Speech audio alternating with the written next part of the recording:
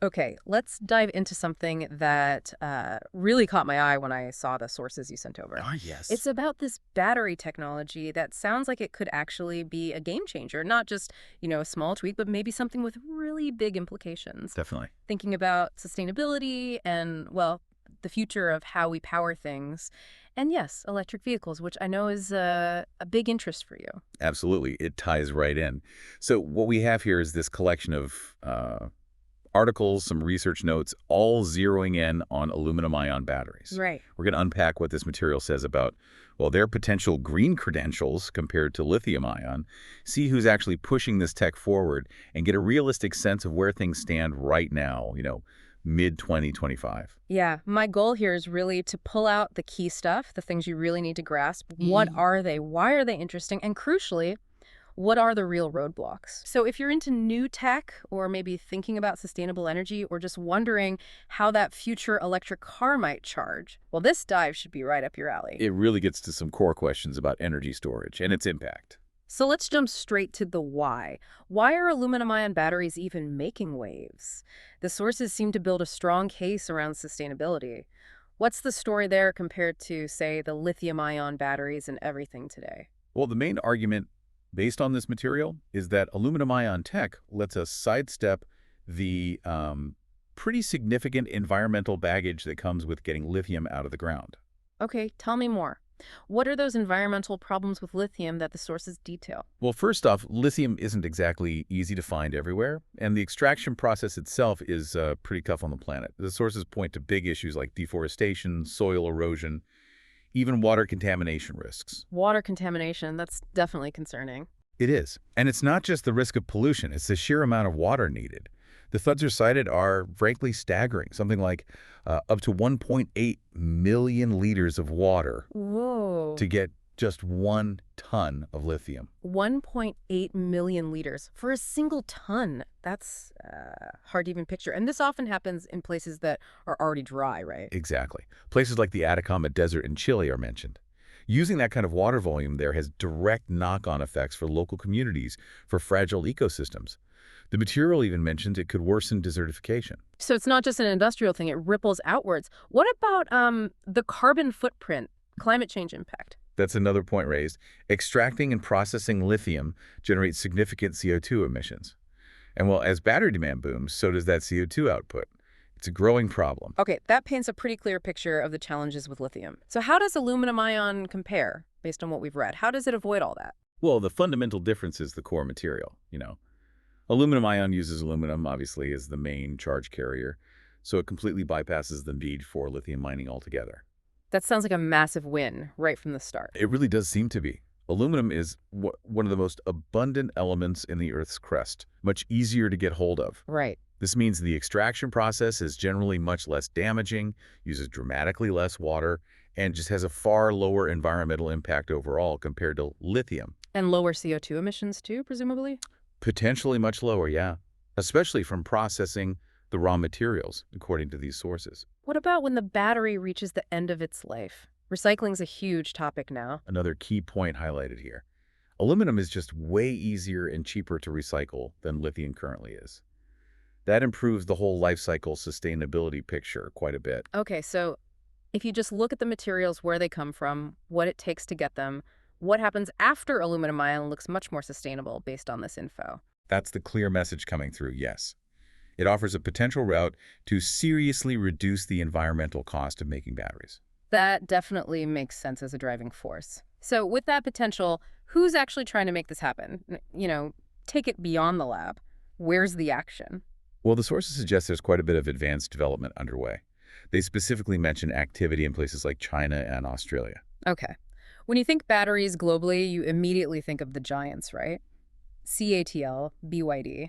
Are they involved in aluminum ion? They're definitely the big dogs. CATL had, 34% of the EV battery market in 2023? BYD around 16%? Yeah. And the material confirms they're both pouring money into next-gen tech. Yeah. Things like solid-state batteries. They're looking for safer, cheaper, greener solutions. So does that mean they're specifically working on aluminum ion? Like actively? It suggests CATL might be exploring it, yeah, as part of their broader search for sustainable options. For BYD, while they're heavily into innovation, the sources we have don't specifically confirm they're at an advanced stage with aluminum ion itself. Okay, interesting. So the biggest players are definitely looking beyond lithium ion, maybe keeping an eye on aluminum ion, but it doesn't seem like their main public R&D push right now based on this. Where is the really focused progress happening then? Well, this is often where you see the smaller, more specialized players step up, right? Mm. The sources mentioned startups, research groups being very active, often experimenting by combining aluminum with other novel materials. Graphene comes up specifically trying to juice the performance. Graphene, okay. Is there one company that stands out in the sources, one that's making real documented progress with this graphene aluminum combination? Yes, actually. Graphene Manufacturing Group, GMG, they're explicitly mentioned as a key example, showing some pretty significant strides with graphene aluminum ion batteries. GMG, got it. Okay, let's zoom in on them. What do the sources tell us about GMG's work? Like, where are they really at as of early 2025? Are they close to having something real? Well, according to the material, their graphene aluminum ion tech is currently rated at Technology Readiness Level 4, TRL-4.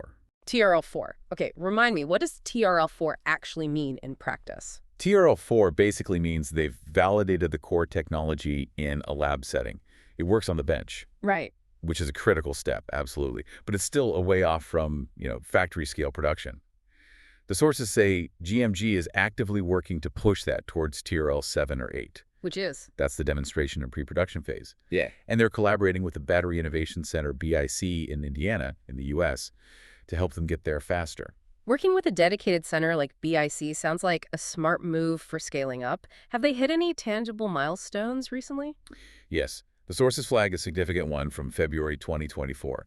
They managed to create a cell with a 1,000 milliamp hour capacity. Okay. That's highlighted as a pretty important step towards making cells big enough for actual devices or applications. And is this just a side project for them, or are they really throwing resources at it? Oh, it seems like a major focus. Since 2023, they've apparently run over 250 experiments, built nearly 1,000 individual test cells, pouch cells. Wow. Okay. They're constantly tweaking everything, the graphene part, the aluminum part, the electrolyte in between, the separator. So a lot of hands-on work. Are they actually planning to build stuff, like a factory? Yes, the sources state they've greenlit an investment, roughly 900 million Australian dollars, for what they call a Gen 2.0 production plant.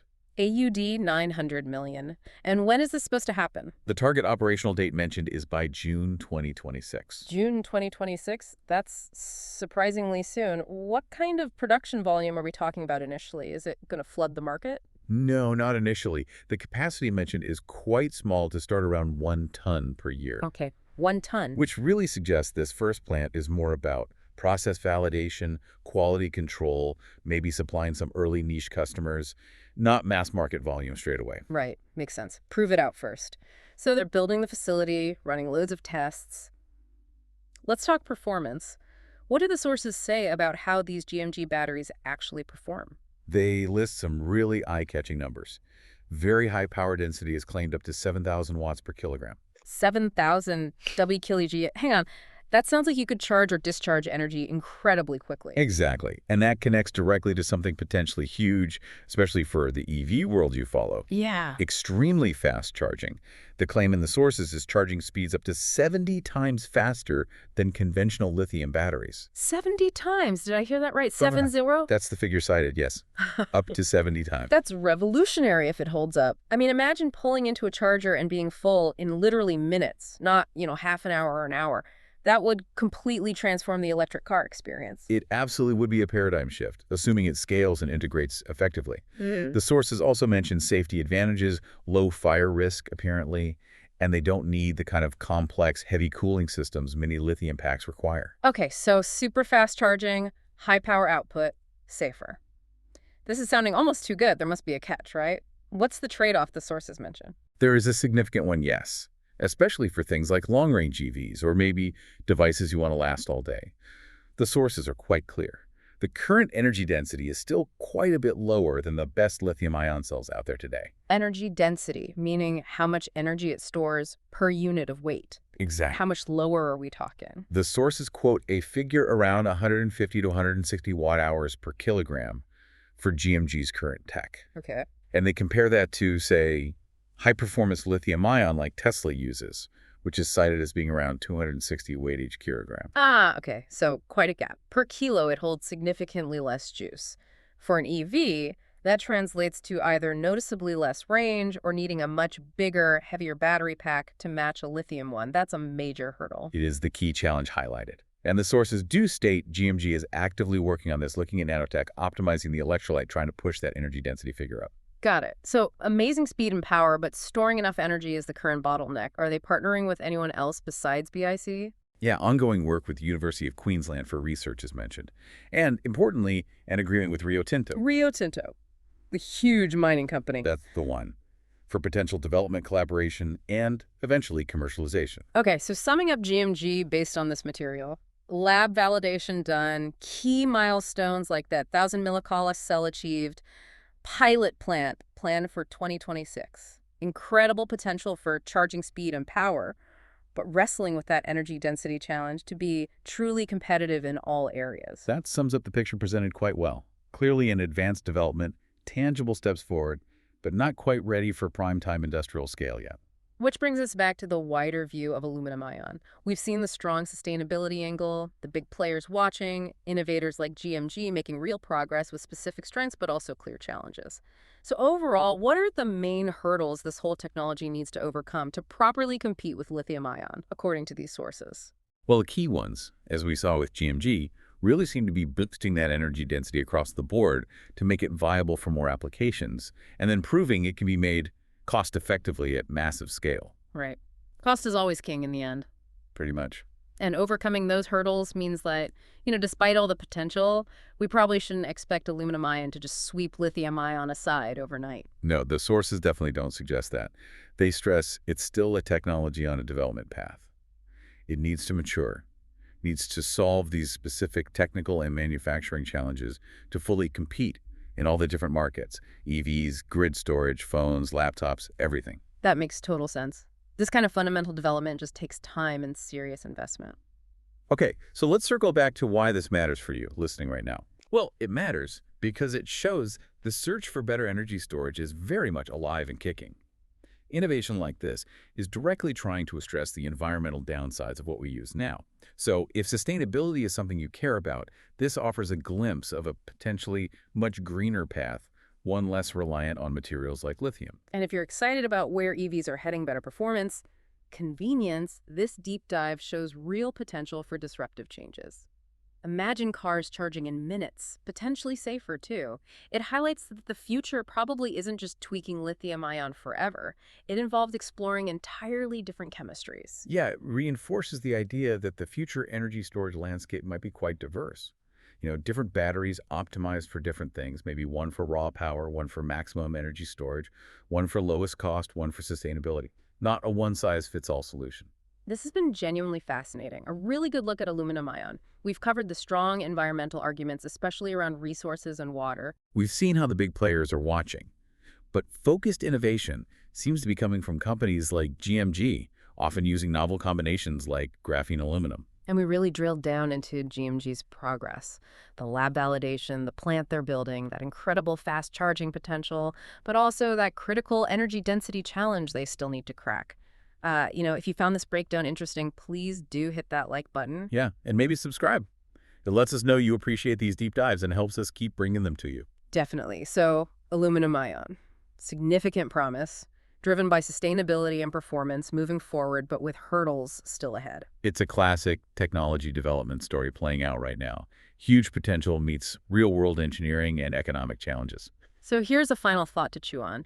Given that near-instant charging potential and the clear sustainability benefits, just how disruptive could aluminum-ion batteries really be, especially for things like transport, if developers manage to solve that energy density puzzle? That's the multi-billion-dollar question, isn't it? Huh. It really speaks to how quickly new tech can reshape industries when it offers such compelling, even if still developing, advantages.